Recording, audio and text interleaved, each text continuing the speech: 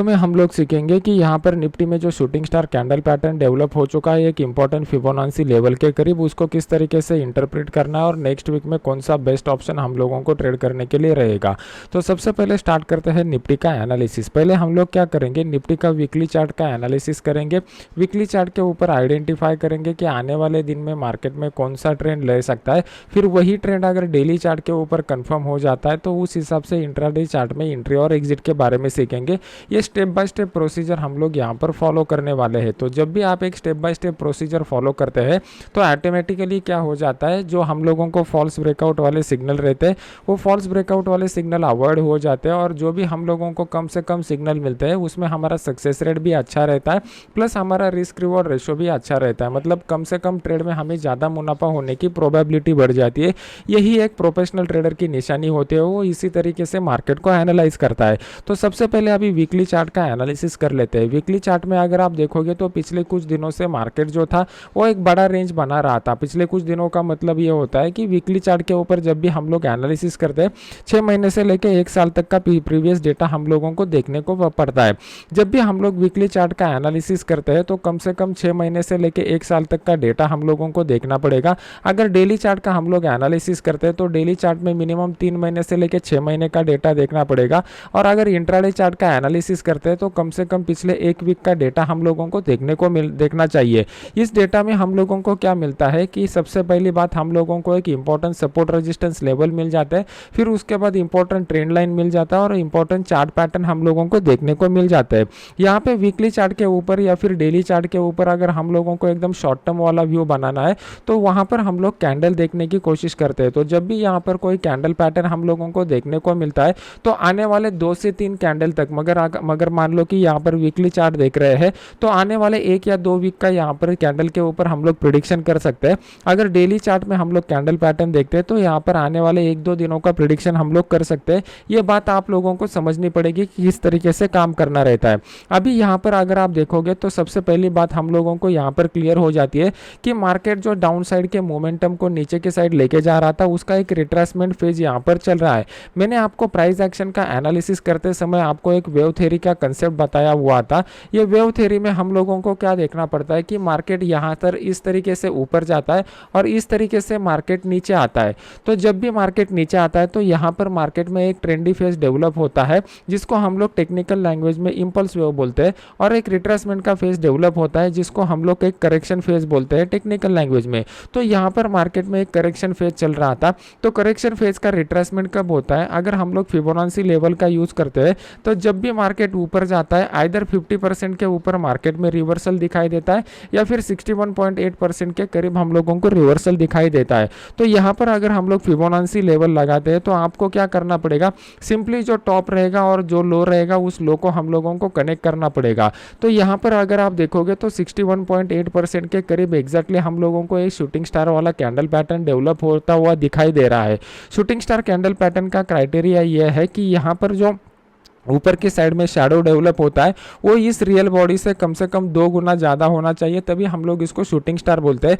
नीचे की साइड में हम लोगों को शैडो नहीं मिलना चाहिए, और अगर शैडो मिलता है तो ये रियल बॉडी के 10% से थोड़ा कम होना चाहिए। अगर कट टू क्लस क्लासिकल क्राइटेरिया यहाँ पर लगाएंगे तो ये वेरिएशन में हम लोगों को शूटिंग स्टार मिल रहा है। अभी ये शूटिंग स्टार कैंडल पैटर्न मिलने के बाद उसका इंटरप्रिटेशन ये होता है कि प्रीवियस वाला जो मार्केट में यहाँ पर ट्रेंड बन चुका है ये ट्रेंड यहाँ पर पॉज हो जाएगा, और जैसे ही मार्केट इस लो को निकालेगा मार्केट में डाउनफॉल यहां से दोबारा स्टार्ट हो जाएगा। अभी इसका कंफर्मेशन हम लोग कैसे ले सकते हैं, तो सबसे इंपॉर्टेंट बात हम लोगों को यहां पर एक इंपॉर्टेंट रेजिस्टेंस लेवल मिलना चाहिए, तभी जाके हम लोग बोल सकते हैं कि यहां पर हम लोगों को ये शूटिंग स्टार वर्क करने वाला है। तो अगर आप देखोगे तो हम लोगों को एक इंपॉर्टेंट रेजिस्टेंस लेवल भी मिल रहा है जो 18,200 के करीब का आ रहा है। तो ये जो रेजिस्टेंस लेवल है ये हमारे लिए 2 तरीके से इंपॉर्टेंट है। पहला तरीका यह है कि अगर हम लोग प्राइस एक्शन के हिसाब से देखेंगे तो यहाँ से एक तेज गिरावट हम लोगों को देखने को मिल चुकी थी, प्लस अगर हम लोग ओपन इंटरेस्ट का डेटा देखते हैं तो 18,200 का जो लेवल है वहां पे कॉल के साइड में one of the highest open interest बन चुका है। मतलब एनालिसिस का पहला पॉइंट हम लोगों को एक रेजिस्टेंस लेवल मिल चुका है, और वो रेजिस्टेंस लेवल हमें प्राइस एक्शन से भी मिल चुका है और ओपन इंटरेस्ट के डेटा से मिल चुका है। सेकंड इंपॉर्टेंट पॉइंट, हम लोग फिबोनाची लेवल को अगर यूज करते हैं तो फिबोनाची लेवल में यहाँ पर 61.8% का जो रिट्रेसमेंट का जोन है वो इस रिट्रेसमेंट के जोन के करीब हम लोगों को यहाँ पर वो कैंडल पैटर्न मिल चुका है। थर्ड इंपॉर्टेंट पॉइंट ये है कि यहाँ पर अगर हम लोग कैंडल के सिंगल इंडिविजुअल कैंडल के हिसाब से देखेंगे तो यहाँ पर ये shooting star candle pattern indicate कर रहा है। तो ये तीनों पॉइंट हम लोगों को इंडिकेट कर रहे हैं कि यहाँ पर जो मार्केट में करेक्शन का फेज चल रहा था वो करेक्शन का फेज यहाँ पर स्टॉप हो सकता है और उसके बाद मार्केट में दोबारा एक डाउन साइड का मोमेंटम रिज्यूम हो सकता है। अभी ये डाउन साइड का मोमेंटम का एंट्री पॉइंट अगर हम लोगों को देखना है तो एंट्री पॉइंट कहाँ पे मिल सकता है, तो जो भी यहाँ पर शूटिंग स्टार वाला कैंडल पैटर्न बनता है, जब भी मार्केट इसके लो को ब्रेक करता है तो लो को ब्रेक करने के बाद ही हम लोगों को यहाँ पे डाउनफॉल देखने को मिल सकता है। तो ये बहुत सारे मैंने प्राइस एक्शन के क्रिटिकल पॉइंट, इंपॉर्टेंट पॉइंट आपको बता दिए हैं। अगर ये पॉइंट आपको अच्छे लग रहे हैं तो इस वीडियो को लाइक कीजिए और जो भी कुछ आपके डाउट रहेंगे मुझे कमेंट सेक्शन में बता दीजिए। मैं स्टेप बाय स्टेप जिस तरीके से टाइम फ्रेम का एनालिसिस करता हूँ सेम एग्जैक्टली उसी तरीके से मैंने आपको एक्सप्लेन करके बताया हुआ है। तो अभी हम लोगों को एक इंपॉर्टेंट सेल का ट्रेड कब मिल सकता है, तो सबसे पहली बात यह है कि मार्केट में हम लोगों को वेट एंड वॉच की मोड में रहना पड़ेगा और जब भी मार्केट इस लो को ब्रेक करेगा, यहाँ पर लो मार्केट ने जो बनाया हुआ है वो 18,042 का लो यहाँ पर मार्केट में बनाया हुआ है। अभी मार्केट में मैंने आपको बहुत सारे स्टेप बाय स्टेप पॉइंट सिखा दिए हैं। अभी प्राइस एक्शन मैंने बता दिया आपको, ओपन इंटरेस्ट के डेटा का बता दिया। अभी प्लस आपको इसमें एक और पॉइंट ऐड करना है साइकोलॉजिकल एनालिसिस का। ये थोड़ा सा एडवांस लेवल का पॉइंट है जिसके बारे में मैं आपको बताना चाहता हूँ। अगर आप देखोगे तो 18,042 का जो लेवल है ये प्राइस एक्शन के हिसाब से एक इंपॉर्टेंट सपोर्ट लेवल आ रहा है। इसके नीचे अगर मार्केट जाता है तो ही हम लोगों को सेल का सिग्नल मिलने वाला है, लेकिन मैं यहाँ पर इमीडिएटली सेल करने की कोशिश नहीं करूंगा। अभी इसके पीछे का कंप्लीट लॉजिक आप यहाँ पर समझ लीजिए। अगर आप ये लॉजिक समझ पाए तभी जाके आप एक प्रोफेशनल ट्रेडर बन पाएंगे। अगर मार्केट ये 18,042 के लेवल को ब्रेक करता है तो भी मार्केट को यहाँ पर एक इमीडिएट सपोर्ट मिलने वाला है जो 18,000 लेवल का है। अभी ये इंपॉर्टेंट सपोर्ट क्यों है, तो ये ओपन इंटरेस्ट के डेटा से इंपॉर्टेंट सपोर्ट है। अगर आप यहाँ पर पुट के साइड में देखोगे तो one of the highest open interest बन चुका है और ये एक जो है एक राउंड लेवल भी है। जब भी मार्केट किसी राउंड लेवल के करीब आता है, राउंड लेवल के करीब आने के बाद वहां पर मार्केट में बहुत सारी ट्रेडिंग एक्टिविटी हम लोगों को देखने को मिल जाती है। तो मार्केट जब ये 18,000 लेवल के करीब आएगा, यहाँ पर पुट की साइड में जिन्होंने भी अपने बाय के पोजीशन बनाए रहेंगे वो इस लेवल को डिफेंड करने की कोशिश करेंगे और डिफेंड करते समय वो लोग यहाँ पर बाय का ऑर्डर पंच करेंगे। तो हम लोग इनिशियली क्या करेंगे, वेट एंड वॉच की मोड में रहना प्रेफर करेंगे कि यहाँ पर कितने लोग आकर बाय करने की कोशिश करते हैं और ज़्यादा से ज़्यादा लोग यहाँ पर आकर बाय करने की कोशिश करते हैं तो बस हम लोग उनके ट्रैप होने का इंतजार करेंगे। अभी वो लोग कब ट्रैप हो जाएंगे, जैसे ही मार्केट इस यहाँ पर जो भी लो बनाएगा 18,000 के नीचे का, जैसे ही मार्केट उस लेवल को ब्रेक करेगा हम लोगों को एक अच्छा डाउनफॉल का ट्रेड मिल सकता है, क्योंकि फिर ये लोग यहाँ पर ट्रैप हो जाएंगे तो वो इमीडिएटली मार्केट को एग्जिट करना स्टार्ट कर देंगे। और जैसे ही मार्केट नीचे आना स्टार्ट हो जाएगा, यहाँ पर हम लोगों को एक इंपॉर्टेंट लेवल मिल रहा है 17,800 के करीब का, वहाँ तक मार्केट आने वाले वीक में आ सकता है। तो ये सभी पॉइंट मैंने आपको यहाँ पर बता दिए कि प्राइस एक्शन को कैसे रीड करना है, ओपन इंटरेस्ट के डेटा को कैसे रीड करना है, साइकोलॉजिकल कंसेप्ट को कैसे समझना है, एंट्री और एग्जिट को किस तरीके से प्लान करना है। ये चारों पॉइंट में अगर आपको कुछ भी डाउट रहता है तो मुझे कॉमेंट सेक्शन में बता दीजिए, तो आने वाले वीडियो में मैं आपका वो डाउट क्लियर करने की कोशिश करूंगा। तो ये हो गया मार्केट का एज इट इज, जैसे मार्केट नाउ मोमेंट में हम लोगों को दिख रहा है उसका एनालिसिस। अभी इंपॉर्टेंट बात यह है कि मार्केट में हमारा एनालिसिस फेल कब हो सकता है, कब हमारा स्टॉप लॉस ट्रिगर हो सकता है। जनरली आप जब भी एनालिसिस करते हो तो आप कहां पर फोकस करते हो कि यहां पर हम लोगों ने ऐसा एनालिसिस कर दिया तो उसी तरीके का मोमेंटम देखने को मिल जाना चाहिए। लेकिन एक इंपॉर्टेंट बात आपको यहां पर समझनी पड़ेगी कि हम लोग ट्रेडिंग के बिजनेस में है। ट्रेडिंग का जो बिजनेस है वो परफेक्शन बेस्ड बिजनेस नहीं है, वो प्रोबेबिलिटी बेस्ड बिजनेस है। प्रोबेबिलिटी बेस्ड बिजनेस का मतलब ये होता है कि मान लो आप लोगों ने 10 ट्रेड ले लिए तो 10 में से कुछ ट्रेड आपके पॉजिटिव में जाएंगे, कुछ ट्रेड आपको निगेटिव में जाएंगे।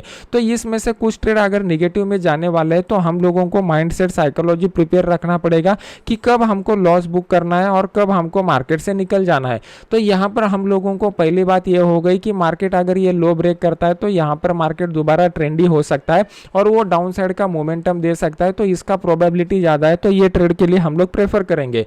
अभी मार्केट में हम लोगों ने सिर्फ एक ही डाउन साइड के मोमेंटम को प्रिडिक्ट किया हुआ है।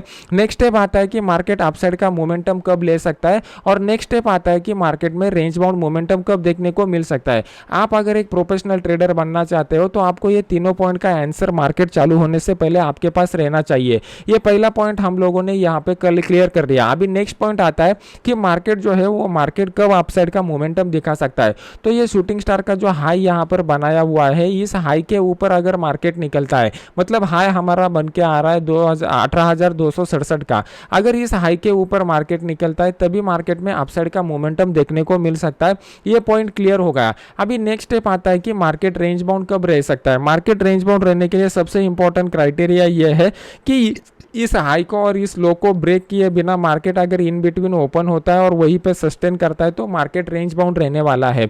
अभी आप लोग अगर ऑप्शन में ट्रेड करते हो तो ऑप्शन में ट्रेड करने के दो तरीके हैं।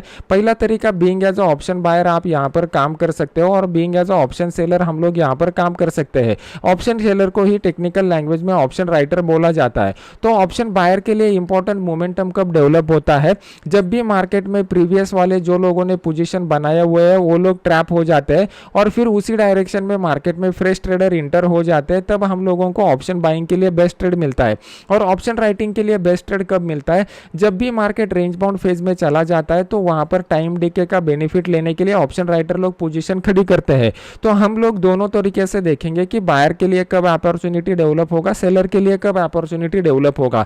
तो मार्केट अगर इस हाई और लो के बीच में रहता है तो वो कंप्लीटली सेलर लोगों का मार्केट रहेगा, तो वहां पे ऑप्शन राइटर के पोजीशन जो है वो प्रॉफिट में रहेंगे। और अगर मार्केट इस हाई को निकलता है या फिर इस लो को निकलता है तो वहां पर ट्रैपिंग भी हो जाएगा, फ्रेश एंट्री भी देखने को मिलेगा, तो वो ऑप्शन बायर का मार्केट रहेगा। तो यहाँ पर ज्यादा प्रोबेबिलिटी कौन सी है कि मार्केट अपसाइड के मोमेंटम में जाएगा या डाउन साइड के मोमेंटम में जाएगा, मुझे कमेंट सेक्शन में आप बता दीजिए कि आपको क्या लगता है। सेकंड इंपॉर्टेंट पॉइंट, यहाँ पर अभी हम लोगों ने जो भी पॉइंट डिस्कस किया है वो टेक्निकल पॉइंट ऑफ व्यू से डिस्कस किए हुए हैं। अभी नेक्स्ट पार्ट जो आता है वो फंडामेंटल पॉइंट का आता है। फंडामेंटल पॉइंट में हम लोगों को क्या देखना पड़ता है कि यहाँ पर यूएस मार्केट से या इंडियन मार्केट से कोई हम लोगों को खबर आ रही है क्या, कोई डेटा यहाँ पर इंपॉर्टेंट आ रहा है क्या, कोई बड़ा इवेंट यहाँ पर हो रहा है क्या। तो ये भी सभी पॉइंट के ऊपर आपको नजर रखनी पड़ती है और अगर ये सभी पॉइंट इसको कोइंसाइड करते हैं तो बहुत बड़ा वन साइडेड मोमेंटम हम लोगों को देखने को मिल जाता है। तो अभी आपको ये देखना पड़ेगा कि यूएस मार्केट में जो बड़ी खबर निकल के आ रही है वो बैंकिंग सेक्टर के क्राइसिस की निकल के आ रही है। पिछले 3 दिनों से अगर आप देखोगे तो बैंकिंग सेक्टर में वहां पे बहुत तेज गिरावट हम लोगों को देखने को मिल चुकी है। प्लस डाउ जोन्स भी पिछले 3 दिनों में बहुत बड़ी गिरावट दिखा चुका है। As compare to that Indian market में उतनी गिरावट नहीं है।